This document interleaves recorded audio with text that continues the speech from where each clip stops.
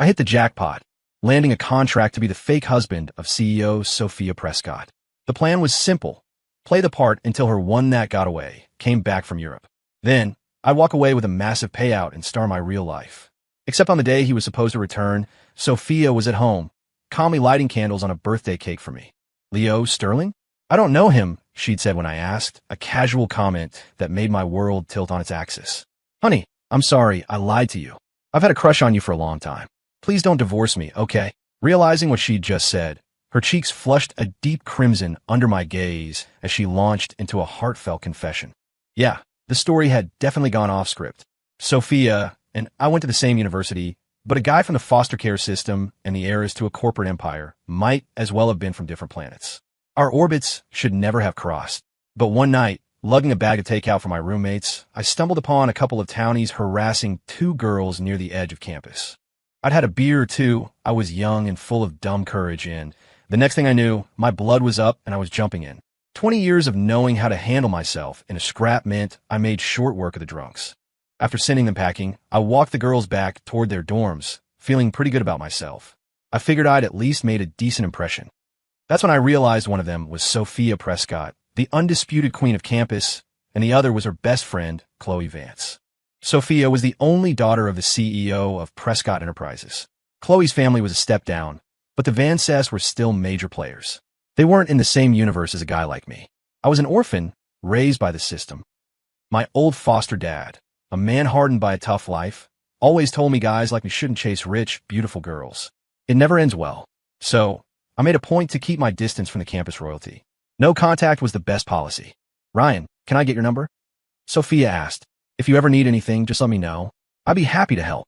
Thanks, but it was nothing, I said with a tight smile, dropping them at their dorm and turning to leave before they could say another word.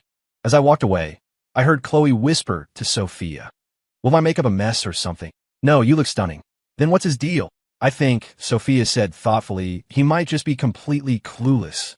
I had no idea they were dissecting my personality behind my back. All I knew was that I'd narrowly avoided 2 walking complications. When I got back to my dorm, I realized the takeout I'd bought for my roommates was now smeared all over some townie jacket. I had to go out and buy it all over again, listening to their groans of gratitude the whole time. See? Women like that were trouble. A week later, at the championship basketball game, Sophia and Chloe showed up in the front row, holding a ridiculously oversized sign with my name on it. When I glanced over, they waved like crazy. Please. I was the campus heartthrob. I had girls cheering for me all the time. Why would I pay them any special attention?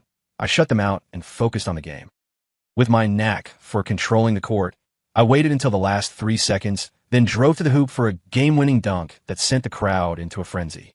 I casually lifted the hem of my jersey to wipe the sweat from my face, giving them a clear shot of my 8-pack. A little fan service never hurt.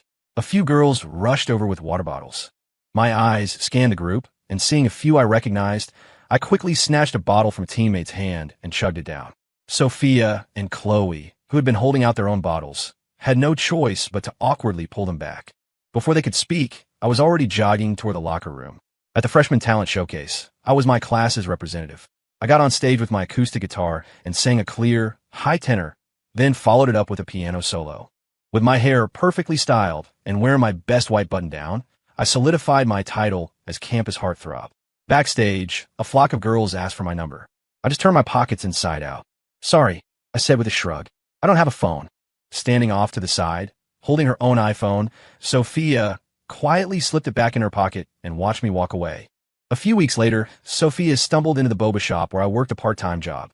After that, she started coming in every single day.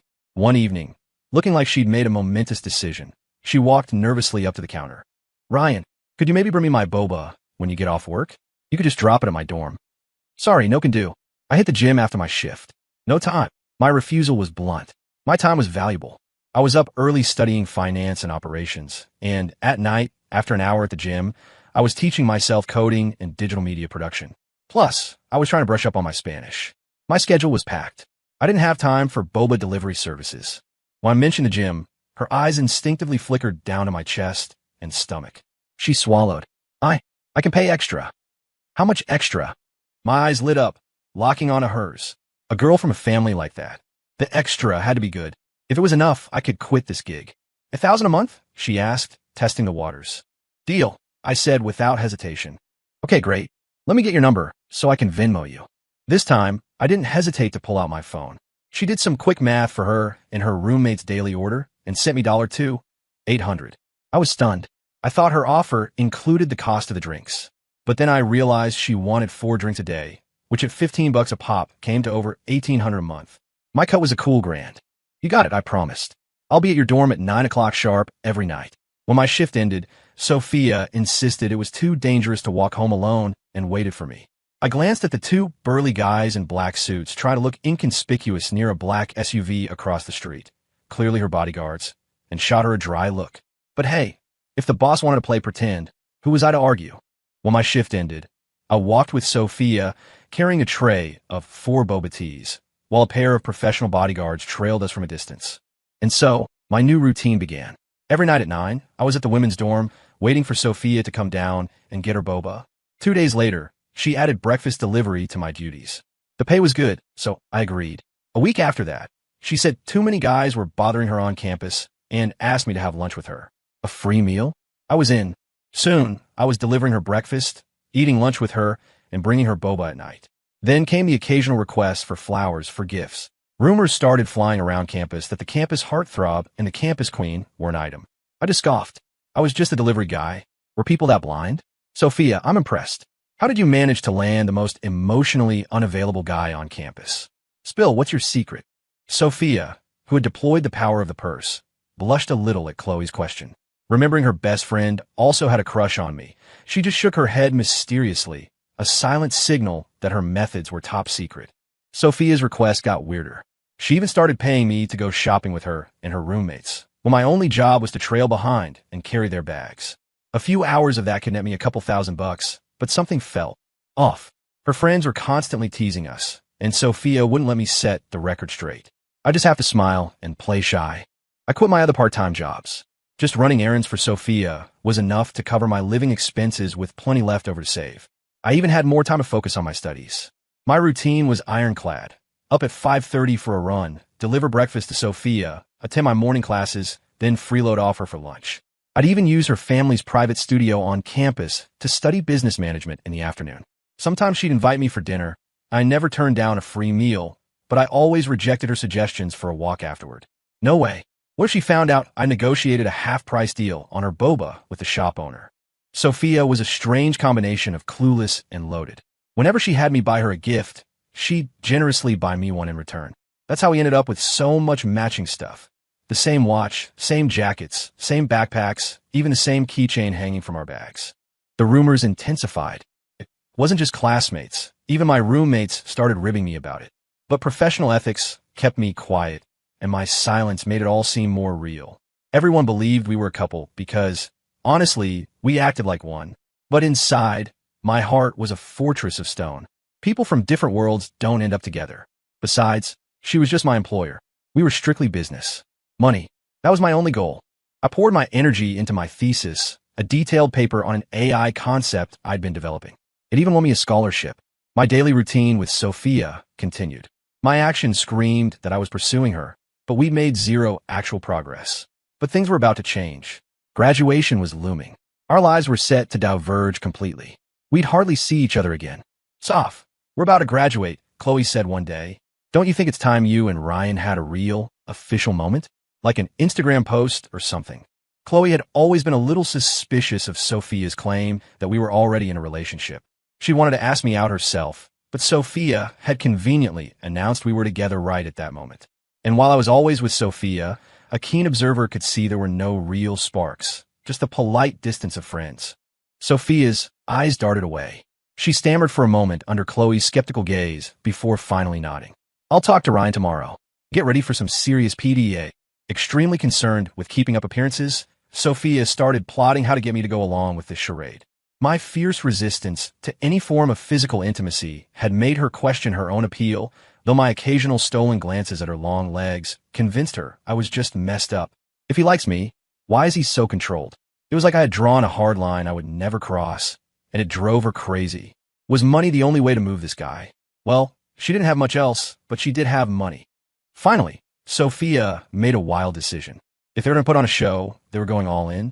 This would shut Chloe up for good. She thought about my looks, my physique, my grades, my drive, my talent for both business and tech, combined with my clean slate and no family baggage, made me the kind of guy powerful families fought over to secure their legacy. It wasn't like all their kids were geniuses. Most were idiots. Marrying off a daughter to an elite talent to help run the family business was a smart move, provided there was a contract. When Sophia, blushing furiously, slid a contract across the table at a coffee shop, I scanned it quickly. A single thought bloomed in my mind. The universe had finally smiled on me. 3 years, $10 million. All I had to do was enter into a contract marriage with Sophia Prescott, and I'd even get a job at Prescott Enterprises. This was a winning lottery ticket falling from the sky. I signed it so fast I was afraid she'd change her mind. Seeing my urgency, how I kept glancing up at her nervously, a strange thought took root in Sophia's mind. Could it be that Ryan actually likes me? Maybe he just doesn't show it. Why else would he sign so quickly? Sophia, I said, leaning forward, I'm free whenever. So, what should we head to City Hall? My eagerness only cemented her theory. The contract stipulated we had to act like a couple in public. Since I'd signed, the deal was active. So, when I saw Chloe walk into the coffee shop, I smoothly reached over and took Sophia's hand. Huh? City Hall? How about? Right now. Sophia was clearly not used to this. Just holding hands made her blush. I pulled her to her feet, right as Chloe reached our table. A fresh wave of red washed over Sophia's face. Chloe just stood there, stunned. They were really getting married? This fast? Hey, we've got an appointment, so we gotta run. See ya, I said, giving Chloe a quick wave as I pulled a dazed Sophia out of the coffee shop. Getting the license was simple. A quick trip to City Hall with our IDs, the flash of a camera, and our faces were side by side on a freshly printed marriage certificate. A stamp made it official. We were husband and wife. We updated our Instagrams simultaneously, a picture of our clasped hands and the certificate. The entire campus exploded. A graduation day wedding was the kind of fairy tale every college student dreamed of, but almost no one actually achieved. The campus heartthrob and the campus queen had gotten their happy ending, and we were the envy of everyone. At graduation, we were photographed in a tight embrace, our picture flooding the social media feeds of all our friends. Meeting her parents was the logical next step. That night, I moved my things into Sophia's sprawling villa. I had 3 years to enjoy the life of the rich and famous, and wasting a single second would be an insult to this mansion. Out of respect for my employer, I moved into the guest room and drafted a detailed plan for my services to Sophia. The next morning, when she emerged from her bedroom, hair tousled from sleep, she found me in an apron, a full breakfast spread laid out on the table. She happily tried everything, offered a few suggestions, and I jotted them all down to perfect for the next day. While working hard, I started paying close attention to Sophia's preferences. When we both started at Prescott Enterprises, I quickly adapted. I did my job and also helped her learn the ropes of managing the company. I was just an intern. She was fast-tracked to assistant director of her department. Every evening after work, I'd cook dinner and help her review her day. More than once, Sophia told me I didn't have to work so hard, but I always brushed her off. This was priceless work experience. When the contract was up, I'd have a stellar resume.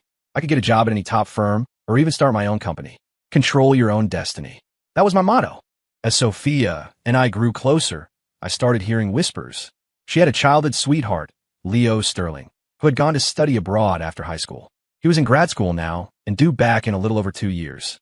Right, I understand, I said calmly. My flat tone seemed to stun the young woman on the other side of the cafe table. You understand? Then you'd better understand your place. Not everyone gets to marry their way to the top, Madison Sterling said, trying her best to sound intimidating. No problem. Was there anything else, Ms. Sterling? I replied politely. Her brother's sister seemed at a loss for words. And no. Great. In that case, since you insisted on this meeting, the check's on you. I calmly wiped my mouth with a napkin, stood up, and walked out, leaving her with a table full of dirty dishes and a stunned expression. I got back to the office right on time, mentally patting myself on the back for my perfect time management. Knowing Sophia's secret didn't change a thing. It was a contract marriage. I had no right to meddle in her private life. When the time came, I'd leave Prescott Enterprises and pursue my own dreams. But Sophia started acting strange, becoming more and more dependent on me. We commuted together, of course, but now she insisted on having lunch together every day. My precious lunch break became our daily chat session. Sometimes, if she was tired, she'd nap on the office sofa, completely unguarded.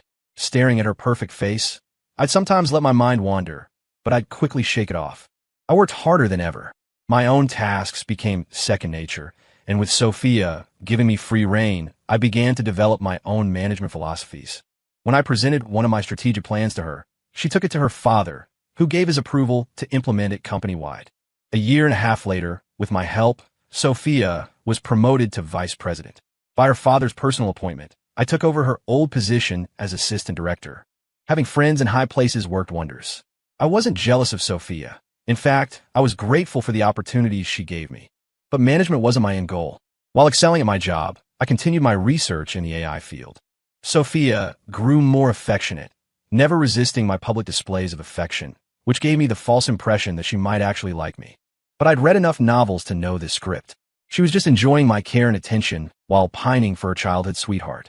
So at home, I remained rational, keeping a careful distance, even when she frequently asked me to go to movies or shopping with her. We'd even occasionally hit up a food truck for a taste of normal life. I had to admit, I admired her down-to-earth side. The weirdest part? For someone supposedly in love with Leo Sterling, she couldn't have cared less about his sister, Madison. In all our time together, she never once made an effort to contact her. The girl was a block of wood. It made me want to give her dating lessons. My wife doesn't drink. Allow me to have this one for her. As was custom, I stepped in to take the drink for Sophia. She always brought me to these business dinners, probably to maintain a clean image for Leo. My tolerance was high, but this client was a seasoned drinker who kept pouring me glass after glass of whiskey. By the end of the meal, I was stumbling. Sophia supported me, half my body leaning on her slender frame. Normally, I would have kept my distance, but this time I just couldn't. She didn't resist at all, helping me into the car and making me a hangover remedy when we got home. Through a fuzzy haze, I watched her bustle around, patiently feeding me the soup. Then she brought a warm towel from the bathroom to wipe my face. My emotions were a tangled mess. Sophia, why are you taking such good care of me? I mumbled. She shot me a pretty glare and muttered something, but her voice was too soft for me to hear. The next morning, I woke up in an unfamiliar room. It took me a moment to realize I was in Sophia's bedroom. Her clothes from the night before were draped over a chair. I sat in silence for a long time before getting up. In the kitchen, the stunningly beautiful woman was humming happily, seeming to relish the domestic scene. When she saw me, a faint blush colored her cheeks, but she just cheerfully told me to go get washed up. Sitting at the dining table, I mulled over before finally asking, how'd I end up sleeping in your room last night? Oh, that. Sophia's face turned bright red, and she stammered for a bit before answering. Last night, you were too heavy, so I just let you sleep in my room. It was easier. Then why did you sleep next to me? I didn't ask. That would be crossing a line. Throughout breakfast, Sophia kept looking like she wanted to say something, stealing glances at my face, but she never did. After a long day at work, Sophia was behind the wheel. Let's go see a movie. Huh? Okay. It was strange. We usually saved movies for the weekend. But I habitually agreed, letting her drive us to a restaurant first. She ordered a romantic dinner for two and insisted I feed her. She ate the food I offered with a wide smile, occasionally feeding me a bite of something I liked.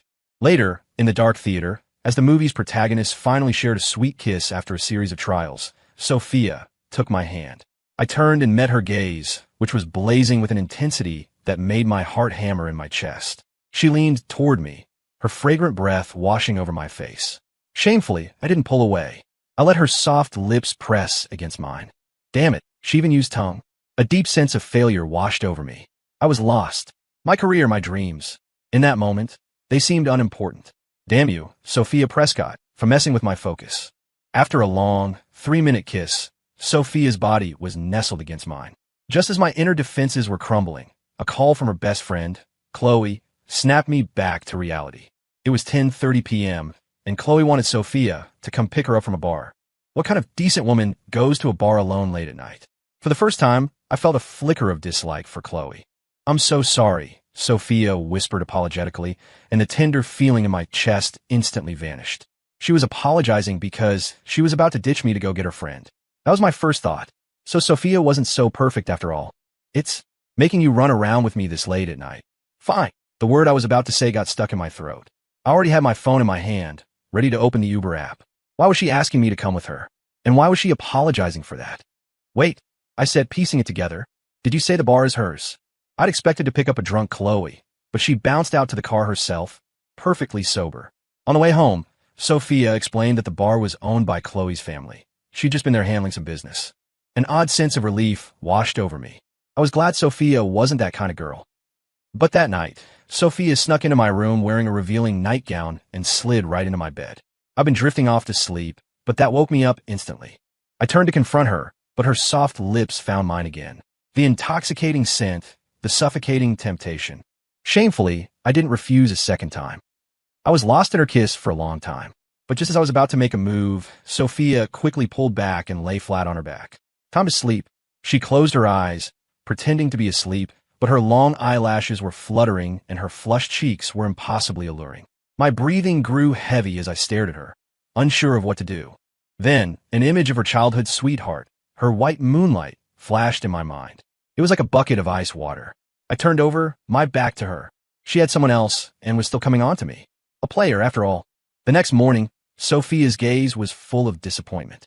She kept glancing down toward my lap, looking like she wanted to say something but never did. That evening, she handed me a business card for a men's health clinic. I looked at her, speechless, and with a trembling hand, I tossed the card in the trash. Her lips moved, but no words came out. From that day on, she started researching herbal remedies, handing me a bowl of dark, bitter tea every few days. She said it was to boost circulation. I tried it once. That night, my body felt like it was on fire. I had to spend half the night working out in the home gym just to cool down. Sophia, what was in that tea? I demanded the next morning. She just blinked her wide, innocent eyes and mumbled something unintelligible. I refused to drink her concoctions after that. But a few days later, the same fiery heat surged through me again. Frustrated and helpless, I stormed out of my room. Sophia, did you put that stuff in the food? My accusation died on my lips. She was sprawled on her bed in a very flattering, very sheer outfit, scrolling through her phone. Her long legs, clad in black stockings, sparked an unwelcome urge in me. When she turned and saw the state I was in, a look of pleasant surprise crossed her face. What did you give me? My body felt like it was no longer under my control. The sight of her, the scent of her perfume, it was all pulling me closer. Something to make us happy, she said, her eyes hazy as she wrapped her arms around my neck, rising on her toes to kiss me. That night, I lost control. The result was Sophia being laid up in her room for 3 days. Why? I'd taken time off work to take care of her, but I couldn't let it go until I understood. Because we're husband and wife, she said, half lying in bed while I fed her. When I reminded her it was just a contract that she had proposed, she started acting coy and playful. I was speechless. Because I'm falling for you. I've been so obvious, and you're still a block of wood. I was starting to think you. You know. Couldn't perform. She likes me? What about her childhood sweetheart? The plots of a dozen novels flashed through my head. If this played out like I expected, I'd fall in her tender trap, only to be crushed when Leo returned, leaving me to slink away in defeat. I remembered how her father had looked at me when we first met, with total indifference, like I was a piece of furniture. With my thought clarified, I didn't say anything more. I had, after all, taken her first time. Living a happy life with her for a while, before making a clean break, didn't seem like a bad deal. Life went on. Sophia became incredibly clingy. She used her authority to have my desk moved into her office. We ate every meal together, and at night, she naturally made her way into my room. I let go of my reservations and enjoyed a blissful period with her. But as the days passed, my rational mind kept reminding me, her one that got away was coming home soon. The last few days, Sophia had been uncharacteristically distant, secretly preparing for something. She bought a lot of new clothes, trying them on alone in her room. After dinner, she'd practice elaborate makeup routines. She usually kept it simple. I accidentally saw her Amazon shopping cart, full of men's clothing, an expensive watch, and, most damningly, a pair of wedding rings. Seeing the price tag on the rings, a sour feeling twisted in my gut. She was going to give that man rings. I knew this was all fake, but it still stung. After all this time together, she'd never thought of giving me anything like that. The guy wasn't even back yet, and she had everything ready for him. Lost in the joy of her impending reunion, Sophia didn't notice the change in me. I started preparing my exit strategy. I rented an apartment across town, ready to move out the moment he arrived. While her attention was elsewhere, I quietly moved my important documents and personal belongings. The moment she said the word, I'd be gone. After all, I owe my current success to her. I was now a senior director at the company, responsible for major operational decisions. My AI research was progressing, and I was close to filing for a patent that would set me up for life. Unlike the pathetic protagonists in those novels, I wasn't going to wallow. I just focused on doing my job. I was confident and mature. Sophia had treated me well these 3 years. I wouldn't indulge in foolish hopes. All I felt was gratitude. Finally, the day arrived. The day he was supposed to come back. Sophia disappeared as soon as she got to the office. Probably went to the airport to meet him, I thought, suppressing a pang of discomfort. I wrote out my resignation letter and tucked it in my desk drawer. I spent the day meticulously organizing my work to ensure a smooth handover. The projects I had spearheaded over the last year had brought in profits many times greater than my contractual payout. I had held up my end of the bargain. Late in the afternoon, my phone rang. It was Sophia. "Ryan, I'm so sorry. Something came up and I can't have lunch with you. But come home early tonight. There's something I want to tell you."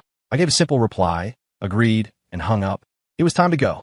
I pushed down the turmoil in my heart, finished organizing my files, and dropped my resignation letter off with HR on my way out.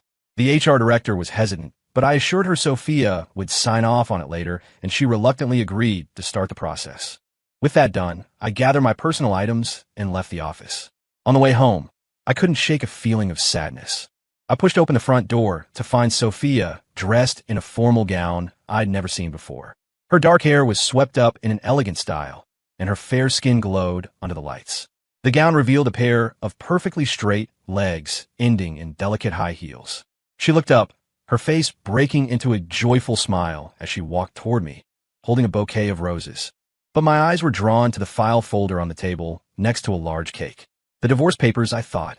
The idea of her running into another man's arms made me lose my composure for once. A sad expression crossed my face. "Ryan, there's something I want to tell you," Sophia said, her face radiant with happiness. I spoke at the same time, my voice flat. "Sophia, I have something to tell you too." "I'll go first," she insisted, uncharacteristically fighting for the floor. "Let's say it together," I replied coolly. She agreed, practically vibrating with excitement. We spoke at the same time. "I've been in love with you for a long time. Let's get a divorce." A stunned silence fell between us. My face was a mask of confusion. Hers was a picture of utter disbelief. "What did you say? What did you say? You want to divorce me? You're in love with me?" We spoke at the same time again, each of us floored by the other's words. Then, Sophia's expression hardened into fury. She looked at me as if I were the worst kind of cheat. After a long, heavy silence, she finally spoke, her voice hesitant. "I think there might be a misunderstanding. Weren't you supposed to meet Leo Sterling today?" Sophia's face was a canvas of confusion.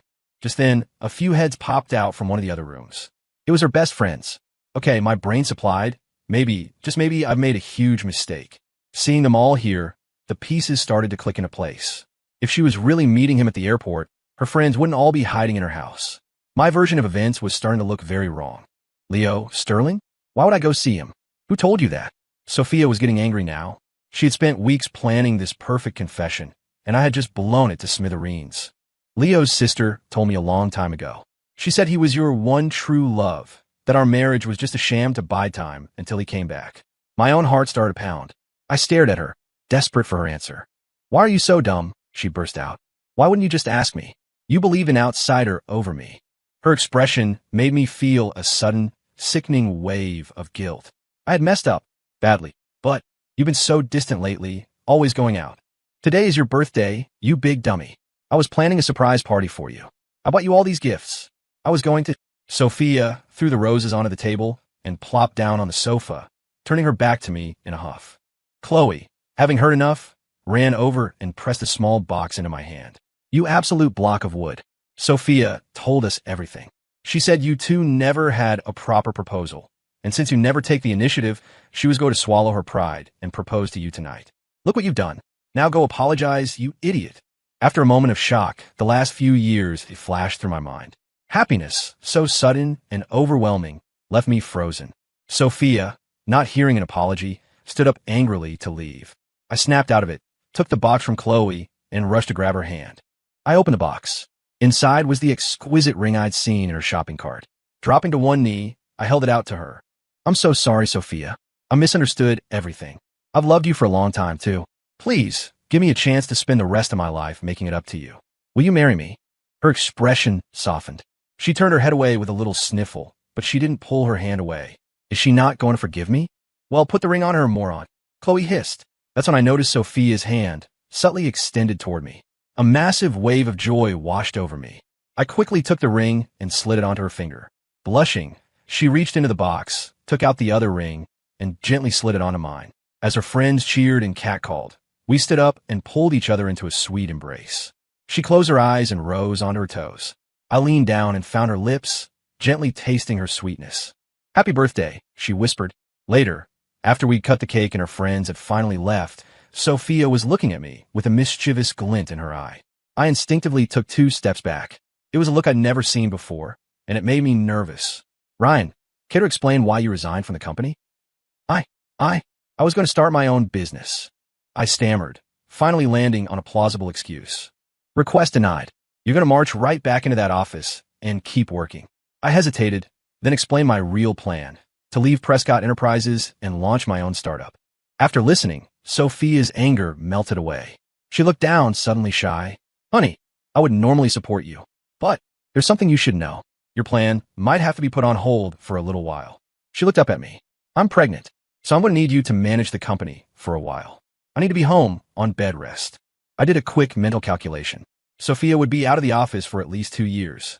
My startup would have to wait. But compared to the incredible news she'd just given me, my own plans felt insignificant. My eyes shot to her flat stomach in amazement. I rushed forward and gently took her arm. "Sophia, honey, you have to be careful. Why didn't you say so earlier? You're still in high heels. Let me get you some slippers." "Oh, relax," she laughed. "I just found out. It's fine." A month later, we had a grand, official wedding. Her parents were beaming. I remembered the first time I met her father, his cold, dismissive expression, and I couldn't help but ask her about it. "You stole his precious daughter. Did you expect him to roll out the red carpet?" Sophia gave me a playful, sidelong glance, then nodded toward a man across the room. "See, that's the famous Leo Sterling, your imaginary rival." I looked over. A plain-looking man was buzzing around Chloe Vance like a fly. Chloe looked deeply uncomfortable and was trying to escape, but he wouldn't let up. Finally, she had to call security to have him removed. "That's the guy," I said, feeling deflated. And here I thought he was some kind of Adonis, a worthy rival for the beautiful Sophia Prescott. "Yep," she said, snuggling closer. "My eyes aren't broken. Why would I ever fall for a guy like that? Not when I have my handsome, brilliant husband." In front of a crowd of the city's elite, I held Sophia in my arms, my beautiful bride. Our happiness was just beginning. "I'll spend the rest of my life loving you properly. Thank you for choosing me, Sophia Prescott." Sophia's story to save face, I did something crazy. I paid Ryan Carter to be my fake suitor. At least, that's how I saw it. But then my friends pressured me to make it official. So I came up with an even crazier idea. A contract marriage to lock him down. I thought I could win him over easily, but I had no idea he was made of actual stone. So I had to swallow my pride and actively pursue him. Who would have thought that a woman like me would have to chase a man who seemed completely immune to my charms? He just kept getting better and better. He was brilliant at his job, and he helped me solve my own work problems every single day. My parents adored him and started promoting him up the ladder. I thought it would take him time to adjust, but he took to it like a fish to water, landing one major project after another. I fell for him even harder. How could anyone not fall for a man that talented, that handsome, with an 8-pack to boot? So I made my move. He was still a little hesitant, and I started to worry there was something wrong with him. But that one night, well, he certainly put those fears to rest. I was sore for days, but my heart was soaring. He was perfectly fine. After that, we were so happy. Then came his birthday. I spent weeks planning the perfect surprise, enlisting all my friends to help. On the big day, I put on my best dress, did my makeup perfectly, and prepared to finally tell him how I felt. And then, ugh, that big dummy. I'm going to hold that over his head for the rest of his life. Anytime he makes me mad, I'll bring it up. We'll see if he ever dares to argue with me again. But really, I fall more in love with my handsome husband every day. Thank you for taking such good care of me, for making me love you more with each passing moment. For the rest of our lives, I'll try my best to love you even more, my dearest husband, Ryan.